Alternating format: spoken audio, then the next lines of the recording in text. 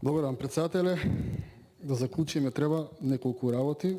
Пред да започнам уопште, она пушко, пиштој, билја, не ви ја знам што ви значи.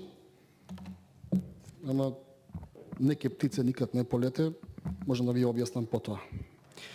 Прво, се согласивте со мене дека за хектари не знам колку давате 700 денари за нафта, сега ќе давате 900 денари за нафта. Оние кои што им ја наменувате таа нафта, знаат колку троши тракторот на саат време. И дека тоа еден ден не им покрива, а треба се 200 дена на полето. По неколку патиораат, по неколку пати прскаат, и 700 денари е срамота. Второ, согласуваме тука дека е срамота. Сега го кажувам маце поотворено, бидејќи сум опозиција. Вие не можете толку отворено да го кажете, бидејќи сте представник на власта, иако сте пише никако независим. 2018 година се дали 1 милион, 2019 2 милиона, 2020 4 милиона. 2018 граѓаните им кажавте испаднете на референдум, не испадна. 2019 рековте подржете го Стела Пендаровски гласа против вас и 2020 рекоа подржете го СДСМ, ќе ви даеме 4 милиона, повторно ги изгубивте изборите. Политиките на една влада, дали се исправни или не се исправни, се гледаат преку поддршката на граѓаните на избори, господине Панчо Милов, впрочем вие тоа многу добро го знаете. Ако може, председателе, вака на луѓе што никогаш не се јавуваат за збор, од место не им давате да коментираат. Ќе завршам уште малце без нервоза, колешки. Јавете се, има говорница.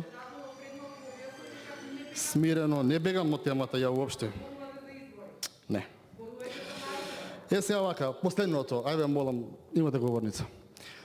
Последното. Зошто е мојата недоверба према париве кои што ги ставате плюс во Агенцијата за поддршка на земјоделието? Ви кажав со загадувањето, еве ќе бидам подиректен.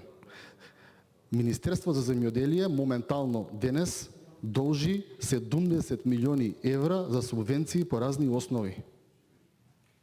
70 милиони евра за субвенции по разни основи должи Министерство за земјоделие на влада Република Македонија. И тоа не ви верувам. И тие сте ги ветувале дека ги дадете, ама не ги дава државата. А не сум јас само што не ви верувам, поголем дел од квадарци не верува.